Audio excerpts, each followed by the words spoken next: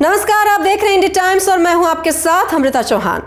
उत्तर प्रदेश और बिहार में रामचरितमानस को लेकर जो विवाद शुरू हुआ है, उसके पीछे साल 2024 के लोकसभा चुनाव की तैयारी और रणनीति साफ दिखाई देने लगी है। दोनों राज्यों में पिछड़ों के नेतृत्व वाली पार्टियों के कुछ नेता तुलसीदास लिखित मानस की कुछ चौपाइयों को आदिवासी, दलित और पिछड़ों के लिए अपमानजनक बता रहे हैं। इस विवाद के जरिए दलितों और पिछड़ों को एक करने की कोशिश साफ दिखाई दे रही है। यह विवाद जाति जनगणना के पीछे छिपी राजनीति की अगली कड़ी भी है। पेश है एक रिपोर्ट। उत्तर प्रदेश में इस विवाद को समाजवादी पार्टी के विधायक और पूर्व मंत्री स्वामी प्रसाद मौर्य ने शुरू किया। स्वामी प्रसाद को आनन फानन में पार्टी का महासचिव बनाकर पार्टी सुप्रीमो अखिलेश यादव ने साफ कर दिया कि इस विवाद पर उन्हें कोई ऐतराज नहीं है। हालांकि पार्टी ने इस विवाद पर किनारा भी कर लिया है। अति पिछड़ों का वोट बटोरने की राजनीति के रूप में इसे देखा जा रहा है। उत्तर प्रदेश और बिहार में चुनावी गणित पूरी तरह से पिछड़ों पर निर्भर है, लेकिन पिछड़े दो खेमों में बटे हुए हैं। अति पिछड़े अलग से राजनीतिक शक्ति बनने की कोशिश कर रहे हैं। मानस और जाति पर विवाद अति पिछड़ों के वोट पर कब्जे की लड़ाई की तरह है। उत्तर प्रदेश में समाजवादी पार्टी को यादव और मुसलमानों का वोट तो आसानी से मिल सकता है, लेकिन अति पिछड़ों और दलित वोटों के बिना बड़ी जीत हासिल करना आसान नहीं होगा। अति पिछड़ों और दलितों के एक बड़े हिस्से पर बीजेपी का मजबूत प्रभाव है।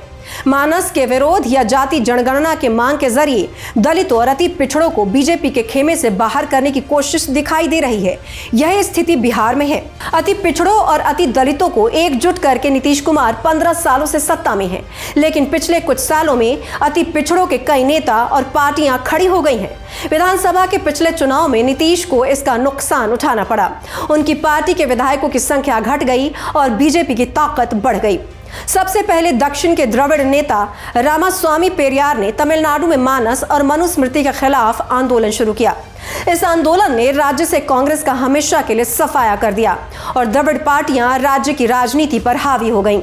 उत्तर प्रदेश में इसी तरह का अभियान कांशीराम ने चलाया, जिससे बहुजन समाज पार्टी एक बड़ी ताकत बन गई। इस रास्ते से हटने के बाद बहुजन समाज पार्टी कमजोर होती गई।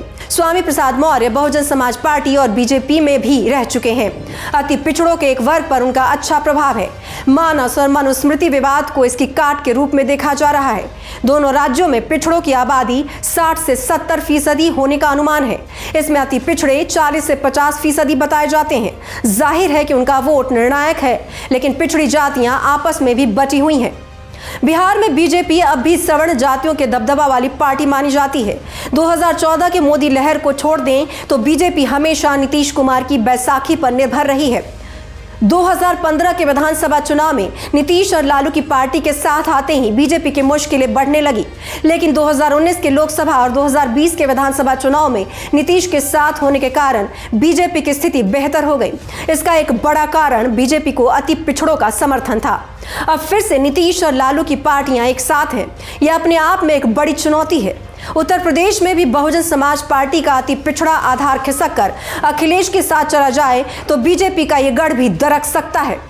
हालांकि बीजेपी नेता और गृह मंत्री अमित शाह ने कुछ दिनों पहले अयोध्या में राम मंदिर का निर्माण पूरा कर जनवरी 2024 में पूजा शुरू करने की घोषणा की थी। जाहिर है मई 2024 के चुनाव में राम मंदिर एक बड़ा मुद्दा होगा और बीजेपी इसे भुनाने की कोशिश करेगी और विपक्ष को इस बात का डर सता रहा है। यही वजह है कि रामचरितमानस की आड़ में राजनीतिक रोटियां सेकने का काम विपक्ष कर रही है, लेकिन इसका फायदा भी बीजेपी को ही मिलता हुआ दिख रहा है। Bureau report, India times. फिलहाल इस कार्यक्रम में इतना ही। मुझे दीजिए इजाजत। नमस्कार। वीडियो को लाइक और सब्सक्राइब करना ना भूलें।